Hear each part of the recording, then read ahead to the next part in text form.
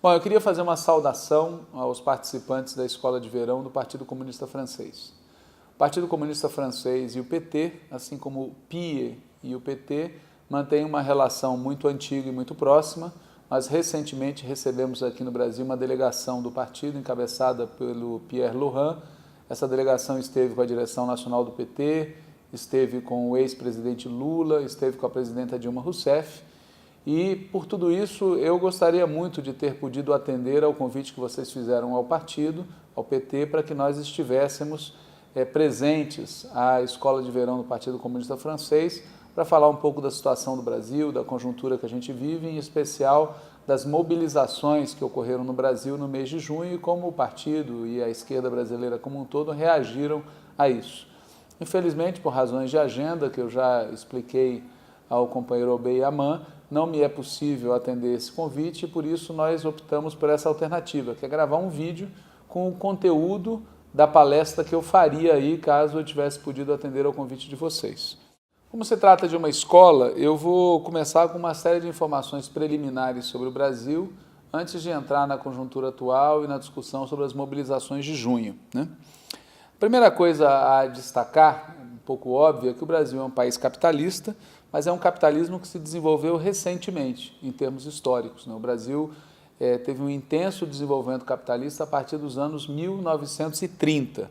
Desde então, e até o final da década de 70, foram cerca de 50 anos de intenso desenvolvimento capitalista, de urbanização e de ampliação da industrialização no Brasil. Ao longo dessas 5 décadas, anos 30, anos 40, anos 50, anos 60 e anos 70, o tipo de desenvolvimento que a gente teve aqui no Brasil foi baseado em 3 fatores. Primeiro, uma intensa articulação entre o Estado, o capital estrangeiro e o capital privado nacional. Um segundo elemento é uma exploração intensiva e extensiva da força de trabalho, inclusive lançando mão de formas de exploração pré-capitalistas, como o trabalho escravo e como uma intensa exploração do campesinato por parte do latifúndio tradicional. E um terceiro componente desse processo de desenvolvimento que o Brasil viveu foi o uso recorrente de ditaduras ou de democracias muito restritas, sem as quais, aliás, não teria sido possível manter o nível de exploração que se manteve sobre a classe trabalhadora. Quer dizer, a ausência de democracia na história do Brasil não é um detalhe, é algo funcional a um desenvolvimento capitalista muito rápido e muito brutal. No final dos anos 70, a partir de 78, 79, esses 3 fatores, essas 3 variáveis entraram em crise simultaneamente. A ditadura militar que existia no Brasil desde 1964 estava sendo fortemente questionada, as classes trabalhadoras estavam em processo de rebelião aberta e o modelo econômico que existia no Brasil entrou em colapso por razões internas e externas. Isso fez com que os anos 80 fossem uma década de intensa disputa de rumos no Brasil. Um sinal dessa disputa foi o fato de, nos anos 80, a gente ter a criação do Partido dos Trabalhadores, da Central Única dos Trabalhadores, do Movimento Sem Terra e a reorganização da União Nacional dos Estudantes, que estava proscrita no período da ditadura. Um outro sinal dessa intensa disputa de rumos que houve no Brasil na década de 80 foi a realização de um Congresso Constituinte, eleito em 86 e que no ano de 88 promulgou uma nova Constituição para o país, que apesar de nova, mantinha vários das características da ditadura, da Constituição herdada da ditadura militar. E uma terceira característica, ou um terceiro sinal desse intenso processo de disputa que houve no Brasil na década dos 80, foi a disputa presidencial ocorrida no ano de 1989, quando a gente teve mais de 10 candidaturas presidenciais. Cada setor político e social no Brasil lançou a sua candidatura, disputou o primeiro turno e o segundo turno foi disputado pelas 2 candidaturas que representavam os extremos opostos. Por um lado, Fernando Collor de Mello, representando a direita e o neoliberalismo. Por outro lado, Luiz Inácio Lula da Silva, representando a esquerda e o projeto democrático popular e socialista. O segundo turno das eleições de 1989 foi uma novidade na história do Brasil. A novidade não estava na disputa entre esses 2 blocos, né? Ao longo de toda a história republicana, o Brasil viu por diversas vezes o conflito entre setores democráticos e setores conservadores, setores nacionalistas e setores entreguistas. Então, a disputa entre dois blocos não era novidade. A novidade é que, pela primeira vez na nossa história, em 1989, esse bloco democrático, nacional, progressista, popular, foi encabeçado pela esquerda, na pessoa de Lula e na figura do Partido dos Trabalhadores e da Frente Brasil Popular, que era exatamente composta pelo Partido dos Trabalhadores, pelo Partido Comunista do Brasil e pelo Partido Socialista Brasileiro. Entretanto, como vocês sabem, nós fomos derrotados em 1989 e o que veio foi uma década sob hegemonia neoliberal. E na maior parte dessa década, de 1990 até, na verdade, 2002, o que predominou foram governos do Partido da Social Democracia Brasileira, o PSDB, que já nasceu influenciado pelo neoliberalismo e, na verdade, implementou no Brasil não um programa social-democrata no sentido clássico da palavra, ou seja, aquela social-democracia do bem-estar social, mas sim implementou um programa neoliberal durante as duas gestões de Fernando Henrique Cardoso à frente da presidência da República no Brasil. Bom, o resultado prático dessa década neoliberal foi o retrocesso nas liberdades democráticas, retrocesso nas condições de vida da população e retrocesso na economia brasileira, que sofreu um intenso processo de desindustrialização e uma abertura brutal aos mercados externos, além de sofrer também um processo de desestatização, de privatização de grande parte do nosso aparato produtivo. Foi nesse ambiente de retrocesso, e por ser retrocesso, isso incluía também um refluxo nas lutas sociais, foi nesse ambiente de retrocesso que nós vencemos as eleições presidenciais de 2002. É importante destacar isso, a nossa vitória em 2002 se deu num ambiente de refluxo e não num ambiente de ascenso das lutas sociais, de ascenso das lutas de massa. Nós vencemos principalmente devido ao desgaste dos governos neoliberais. Claro que nós não teríamos vencido se não houvesse um acúmulo de forças do nosso lado, do campo da esquerda, do campo democrático popular. O Lula, ele disputou e perdeu não apenas a eleição de 89, mas também as eleições de 1994 e de 1998, antes de finalmente conseguir vencer em 2002. Mas o fator decisivo não foi o acúmulo do lado de cá. O fator decisivo para o resultado de 2002 foi o desgaste das políticas neoliberais que perderam grande parte do seu apoio social, inclusive em setores da classe dominante brasileira. É importante ter isso claro, pois o refluxo das lutas sociais é um dos elementos que explica, ainda que não justifique, é um dos elementos que explica a relativa moderação das mudanças que nós fizemos no Brasil nesses já 10 anos de presidência da República encabeçada por petistas. Entre 2003 e 2013, o Brasil, então, está sob a presidência de petistas. Primeiro Lula, que governou de 2003 até 2010, e agora Dilma, a partir de 2011. É importante dizer que o governo Lula e o governo Dilma não são governos petistas no sentido de serem exclusivamente do PT. Pelo contrário, são governos de coalizão política, que incluem partidos de esquerda, mas também incluem partidos de centro e inclusive partidos de direita. E são também governos de coalizão social entre setores da classe trabalhadora, setores médios e setores do grande empresariado brasileiro. Vale lembrar que o sistema político que existe no Brasil é presidencialista, não parlamentarista. É claro que o Congresso brasileiro também tem muita força. E a esquerda, ela não é majoritária, nem na Câmara dos Deputados, nem no Senado, nem entre os governadores de estado, nem entre os prefeitos de cidades brasileiras. Isso posto, qual é o balanço que a gente pode fazer desses 10 anos de governo? O balanço, de maneira muito sintética, é que o povo vive melhor hoje do que vivia relativamente na época de Fernando Henrique Cardoso, assim como seguramente nós estamos melhor agora do que nós estaríamos se os candidatos da social-democracia tivessem sido vitoriosos nas eleições presidenciais de 2002, 2006 e 2010. O que significa o povo vive melhor? Significa mais empregos, mais salários e mais capacidade de consumo. Significou também avanços muito relevantes em algumas áreas, como o acesso à energia elétrica, as cotas para afrodescendentes, um conjunto de mudanças que houve em políticas públicas, políticas sociais, políticas democráticas no Brasil, além daquilo que nós alteramos na nossa política externa. Mas não houve, ao longo desses 10 anos de governo, mudanças estruturais na oferta de serviços públicos, nem nos padrões de propriedade e de riqueza no Brasil. Embora o povo viva melhor, a desigualdade prossegue brutal no Brasil.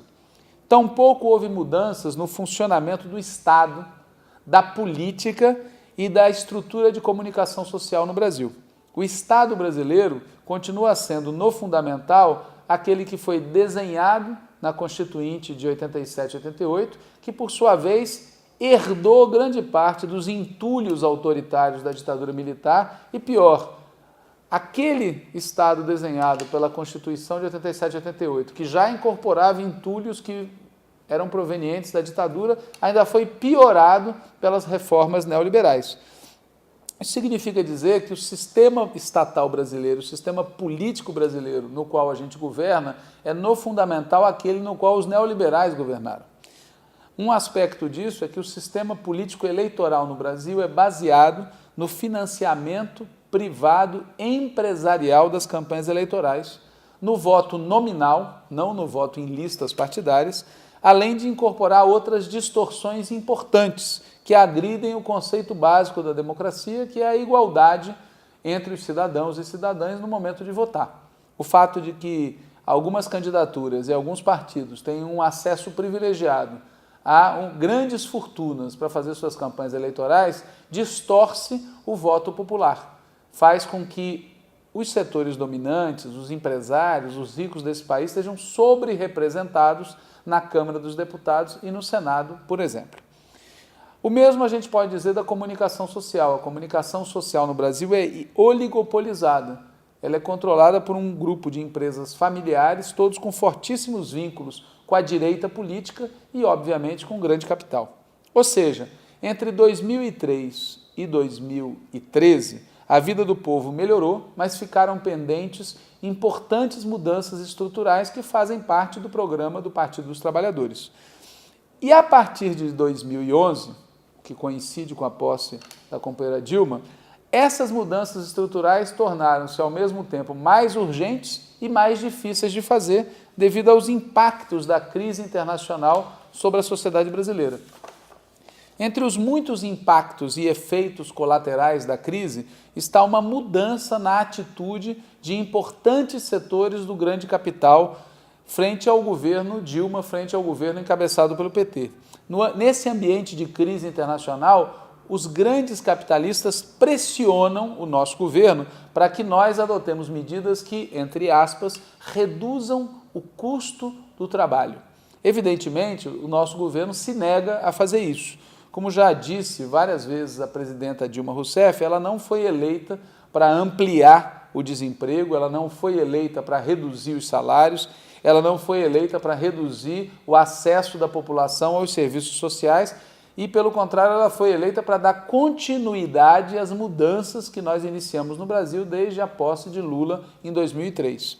Em decorrência desse conflito fundamental, o grande empresariado querendo que nós provoquemos uma redução no custo do trabalho e o nosso governo se recusando a isso, em decorrência desse conflito fundamental, o que acontece é que, apesar dos subsídios, apesar das concessões que nós temos feito, o nosso governo tem feito, com o objetivo de estimular o grande capital a investir e ampliar, portanto, o crescimento econômico no Brasil, a atitude do grande capital é não ampliar os investimentos, não propiciar o crescimento econômico de que o país precisa. E é essa queda de braço que estava em curso no Brasil, e que continua em curso no Brasil, mas que estava em curso no Brasil até maio de 2013. Por um lado, o grande capital pressionando o governo brasileiro a adotar uma política de austeridade, que vocês aí na Europa conhecem bem. Por outro lado, o governo pressionando o grande capital para que invista, para que propicie crescimento. Era nesse contexto, foi esse o contexto em que explodiram as manifestações de junho de 2013. Aqui vale a pena recapitular para vocês, que não acompanham o cotidiano da política brasileira, o que foram os 4 momentos desse processo de mobilização. Um primeiro momento foi no início de junho, quando ocorreram em grandes cidades brasileiras, especialmente na cidade de São Paulo, manifestações pela redução das tarifas de transporte coletivo urbano, basicamente ônibus e metrô.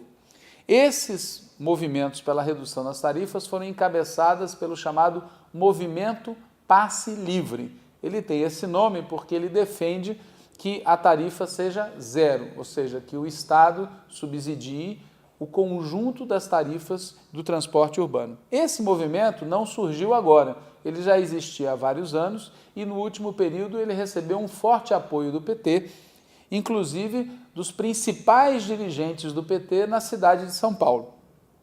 Essas manifestações iniciais, tendo como objetivo a redução nas tarifas do transporte público urbano, foram violentamente reprimidas pela polícia militar em vários estados, em especial no estado de São Paulo. É importante que vocês levem em consideração que no Brasil as polícias militares estão sob o comando dos governos estaduais. E no caso de São Paulo, em particular, o governador é do Partido da Social Democracia Brasileira, portanto, faz oposição a nós, em âmbito federal, e faz oposição também à Prefeitura da capital de São Paulo, no âmbito municipal. A repressão foi muito violenta e gerou uma segunda onda de manifestações, dessa vez de solidariedade aos que foram reprimidos e de repúdio à violência policial. Nessas manifestações de solidariedade, que foram muito maiores do que as manifestações iniciais pela redução da tarifa, nessas manifestações de solidariedade predominou a presença da esquerda, do ponto de vista político, e predominou uma composição social de jovens trabalhadores ou jovens filhos de trabalhadores. O crescimento das manifestações nessa segunda onda fez com que a maioria dos governos estaduais e das prefeituras no país recuassem nos reajustes de tarifa. No geral, aqueles que haviam aumentado a tarifa reduziram a tarifa. Isso gerou uma terceira onda de manifestações, que foi feita para comemorar a vitória obtida. Nessas manifestações de comemoração, houve 2 componentes novos. Por um lado, um componente social novo. Ao lado da juventude trabalhadora e da juventude filha de trabalhadores, se incorporaram também setores de classe média alta, que até então não haviam participado do processo de mobilização. E o outro componente novo é que a grande mídia, os grandes meios de comunicação, mudaram o seu discurso frente às mobilizações. Antes, as mobilizações eram acusadas de vandalismo, de baderna, de arruaça e se apoiava a repressão. Nesse momento, se passou a estimular a mobilização com o objetivo explícito de fazer com que as mobilizações se voltassem contra o nosso governo federal, contra o PT, contra a esquerda. Qual foi a reação do PT e do governo frente a isso? Primeiro foi denunciar essa tentativa que a direita fez de se apoderar da pauta dos movimentos e, em segundo lugar, foi propor ao país um conjunto de ações visando atender às demandas que haviam aparecido na rua. Demandas por mais políticas públicas, por mais saúde, por mais educação, por mais transporte de qualidade e barato, por melhor vida nas grandes cidades. E ao lado disso, a nossa presidenta Dilma Rousseff também propôs que se convocasse um plebiscito que inclusive pudesse chamar uma Assembleia Constituinte para fazer uma reforma política no Brasil, uma vez que ao lado da demanda por mais políticas públicas, havia também uma forte demanda nas manifestações por uma mudança na política brasileira.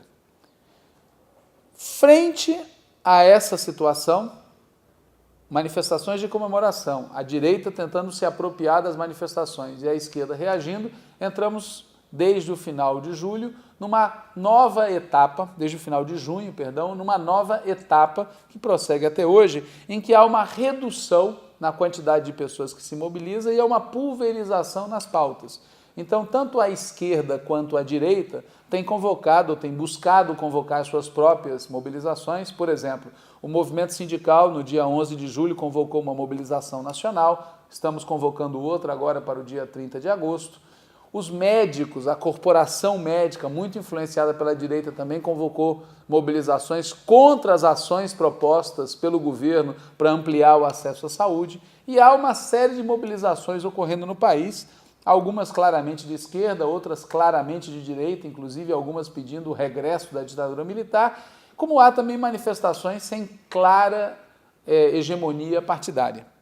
Muito bem, então essas são os quatro grandes momentos desse processo de mobilização que houve no Brasil. Recapitulando, um momento inicial ligado às tarifas, um segundo momento de solidariedade aos que sofreram repressão pela polícia, um terceiro momento de comemoração dos resultados e um quarto momento, o atual, de dispersão e certo refluxo na quantidade de pessoas que se mobilizam.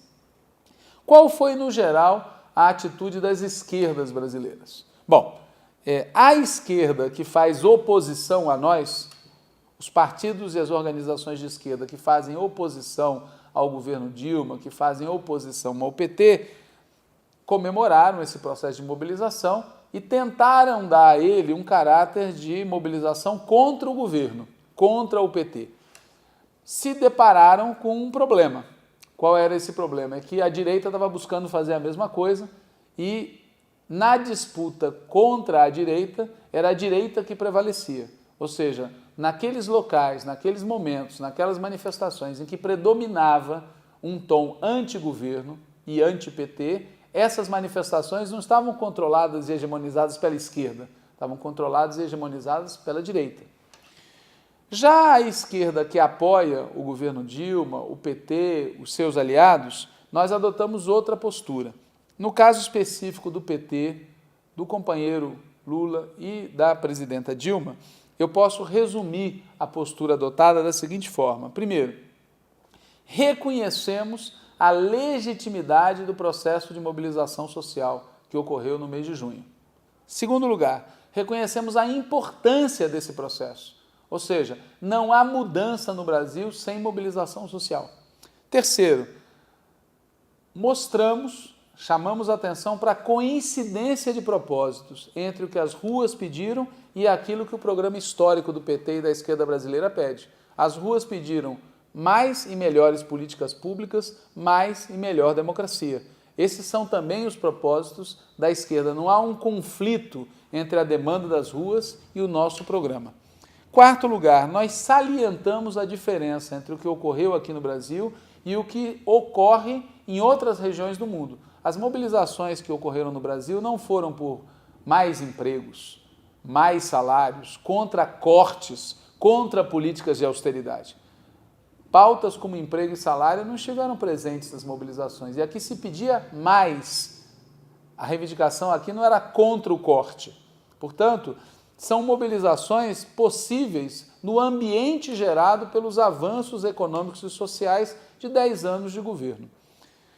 Quinto lugar, a nossa atitude foi apontar medidas concretas que deveriam ser adotadas pelo governo federal, pelos governos estaduais e municipais e pelo Congresso Nacional para atender essas demandas por mais e melhores políticas públicas e, ao mesmo tempo, a nossa atitude foi propor medidas também concretas para atender a demanda das ruas por mais e melhor democracia. Como eu já falei antes, a proposta da presidenta Dilma, com o apoio total do PT, foi que se convocasse um plebiscito para que a população brasileira decidisse quais são as mudanças fundamentais que têm que ocorrer no âmbito do funcionamento do sistema político brasileiro, para, com base na decisão do povo, o Congresso Nacional concluísse o trabalho e fizesse uma reforma política.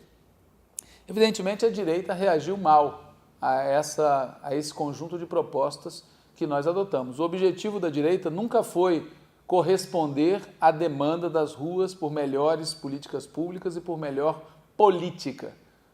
A direita reagiu em especial mal à nossa proposta de convocar um plebiscito para fazer uma reforma política. A direita brasileira não tem o menor interesse em mudar a estrutura do Estado e não tem o menor interesse em fazer uma reforma política que ela sabe teria como elemento principal suspender o financiamento privado empresarial das campanhas eleitorais, o que teria como principal consequência afetar o desempenho da direita nas campanhas políticas. Muito bem, a direita negou-se, portanto, a fazer a reforma política, vem obstruindo e sabotando as demais propostas feitas pelo governo e hoje nós estamos numa fase de conflito aberto no Congresso Nacional, na mídia, na disputa política no Brasil, um conflito que só vai se encerrar na eleição de 2014, ou pelo menos que em 2014 vai atingir um novo patamar, ou bem, eles ganham a disputa e com isso vão adotar uma política de retrocesso de tipo neoliberal, ou bem nós ganhamos mais uma vez a disputa e vamos dar prosseguimento ao processo de mudanças, inclusive atendendo a essas demandas sociais que apareceram nas ruas, que são demandas que fazem parte do nosso programa e que exigem reforma política, democratização da comunicação e, em especial, reforma tributária, que é necessária para que o Estado brasileiro tenha os recursos financeiros para melhorar e ampliar o atendimento às necessidades da população e também para investir mais no crescimento econômico e no desenvolvimento do país. Quais são, por fim, os ensinamentos mais críticos e autocríticos que nós podemos tirar desse processo? Primeiro, há uma nova geração no país. A juventude brasileira, que hoje tem 20, 25 anos, em geral, não viveu a experiência da ditadura militar, da transição conservadora e do governo neoliberal. Essa juventude, que tem 20, 20 e poucos anos, ela enxerga um Brasil profundamente desigual, enxerga uma política ainda muito marcada pela corrupção e vê o PT na presidência da República. E, portanto, ela é muito facilmente aprisionável, influenciável pelo discurso de que o PT faz parte desse status quo que deve ser rejeitado. Nós temos que trabalhar com isso, ganhar essa nova geração, essa juventude para as ideias da esquerda e para apoiar as posições políticas e programáticas do PT e dos nossos aliados. Um segundo ensinamento é que há uma nova classe trabalhadora no Brasil. Esse conjunto de políticas que nós adotamos ao longo desses 10 anos permitiram que uma massa importante de trabalhadores que não conseguiam emprego já há bastante tempo e jovens que agora estão entrando no mercado de trabalho se convertessem numa nova classe trabalhadora ou numa fração da classe trabalhadora brasileira cuja experiência política, sindical, cultural é muito diferente daquela classe trabalhadora que deu origem ao PT nos anos 80 e que sustentou a esquerda brasileira ao longo desses últimos 30 anos. Nós também precisamos fazer um esforço muito grande para conquistar essa classe trabalhadora para as nossas posições, para que ela não seja também capturada pelas posições da direita. Um terceiro ensinamento é que há um processo de envelhecimento, de burocratização e de institucionalização, não apenas dos partidos de esquerda, mas também de muitas organizações sociais, movimentos sindicais, movimentos populares, movimentos camponeses, movimentos de jovens, que perderam capilaridade, que perderam capacidade de diálogo com as suas bases sociais, que perderam capacidade de mobilização. E também ficou claro para nós que se nós quisermos disputar a juventude, disputar essa nova classe trabalhadora e continuar a disputa com a direita, nós temos que reverter esse processo de envelhecimento, de burocratização e de institucionalização. A esquerda brasileira tem que voltar a ser aquela esquerda que organiza na luta social e na disputa de ideias, na mobilização, a maior parte da juventude e da classe trabalhadora no Brasil. Um quarto ensinamento é que a direita brasileira começou a copiar, ao menos em parte, a direita venezuelana. Na história brasileira, a tradição é que a esquerda ocupa as ruas, a direita controla a mídia e nós nos enfrentamos na disputa eleitoral. Sendo que no último período a esquerda tem conseguido vencer importantes disputas eleitorais, como foi o caso das 3 últimas eleições presidenciais.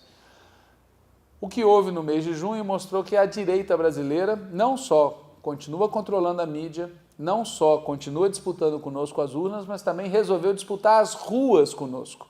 Isso não é uma total novidade na história do Brasil se nós recuarmos para o período pré-golpe militar, o período que antecedeu o golpe militar de 64 no Brasil, foi marcado por grandes mobilizações de massa convocadas e organizadas pela direita. E a novidade nesse período de junho é que a direita mostrou disposição de se mobilizar, ou pelo menos de influenciar o processo de mobilização. Um quinto ensinamento é que se nós não democratizarmos muito rapidamente a comunicação no Brasil, nós enfrentaremos dificuldades cada vez maiores para disputar corações e mentes da juventude e da classe trabalhadora e da população brasileira. Os meios de comunicação no Brasil, monopolistas, oligopolizados, eles travam uma batalha feroz, cotidiana contra nós, e a verdade é que nesses últimos 10 anos não houve nenhuma mudança substancial nesse terreno, o que hoje se confirma foi um erro muito grave e que tem que ser revertido no curto prazo. Por exemplo, fortalecendo a rede pública de televisão e rádio e alterando as políticas de publicidade do governo federal. Ainda que exija também, no médio prazo, uma alteração na legislação brasileira para que se cumpra aquilo que a Constituição de 88 mesmo prevê, que é a proibição do monopólio da comunicação. O mesmo pode ser dito do tema da reforma política. Quer dizer, ainda que o nosso governo tenha maioria no Congresso Nacional, essa maioria não é uma maioria de esquerda, é uma maioria de esquerda, centro e centro-direita. E naqueles temas de interesse da esquerda, naqueles temas que envolvem reformas mais profundas no país, o que nós vemos no Congresso Nacional é a nossa derrota e o estabelecimento de uma maioria de centro-direita, que nos últimos meses tem sido inclusive muito audaciosa, muito dura e tem nos imposto derrotas importantes. Sem reforma política não se constituirá uma maioria de esquerda capaz de sustentar institucionalmente reformas estruturais no país. Um sétimo ensinamento é que se abriu um novo período na luta política, na luta de classes no país, ou seja, as manifestações de junho estabelecem um novo momento. Ficou para trás aquele momento passageiro em que o nosso governo exibia, a nossa presidenta exibia índices de aprovação popular de 80%. E agora nós voltamos à normalidade. A normalidade é o país dividido em pelo menos 3 grandes blocos. Um bloco votando consistentemente conosco, um bloco votando consistentemente com a oposição neoliberal e um terceiro bloco em disputa entre nós e a oposição neoliberal. As pesquisas mais recentes mostram que em todos os cenários a nossa presidenta Dilma Rousseff ganharia o segundo turno se as eleições fossem agora. Mas há muitos meses pela frente e o que a gente pode dizer com certeza é que será uma disputa eleitoral duríssima que, como em 2002, 2006 e 2010, vai ser resolvida no segundo turno, não estando claro ainda quem será o nosso oponente no segundo turno, mas já estando claro qual será o seu programa. O programa de qualquer que seja o oponente contra nós no segundo turno das eleições presidenciais de 2014 vai buscar atender aquela demanda do grande empresariado pela redução do custo do trabalho, ou seja, quem quer que esteja contra nós na disputa de segundo turno nas eleições presidenciais de 2014 vai recauchutar o programa neoliberal, vai trazer para o Brasil o programa da austeridade que vocês conhecem muito bem aí na Europa. E evidentemente o nosso desafio vai ser ganhar mais uma vez as eleições e fazer um segundo mandato Dilma Rousseff, só que um segundo mandato que terá a obrigação de ser melhor do que o atual, e ser melhor do que o atual significa dizer fazer reformas estruturais que nós até agora não fizemos. Esses são basicamente os ensinamentos que nós temos debatido no partido, alguns são consensuais, outros são mais polêmicos, mas no geral, no partido se percebe a existência desse conjunto de temas. Bom, eu espero que esse resumo que eu fiz dá um pouco da história do Brasil, do que foram as mobilizações de junho e do seu impacto sobre a disputa política no Brasil, ajude vocês nessa escola de verão do Partido Comunista Francês. Muito obrigado pela atenção de vocês e sigo à disposição para ajudar naquilo que vocês desejarem.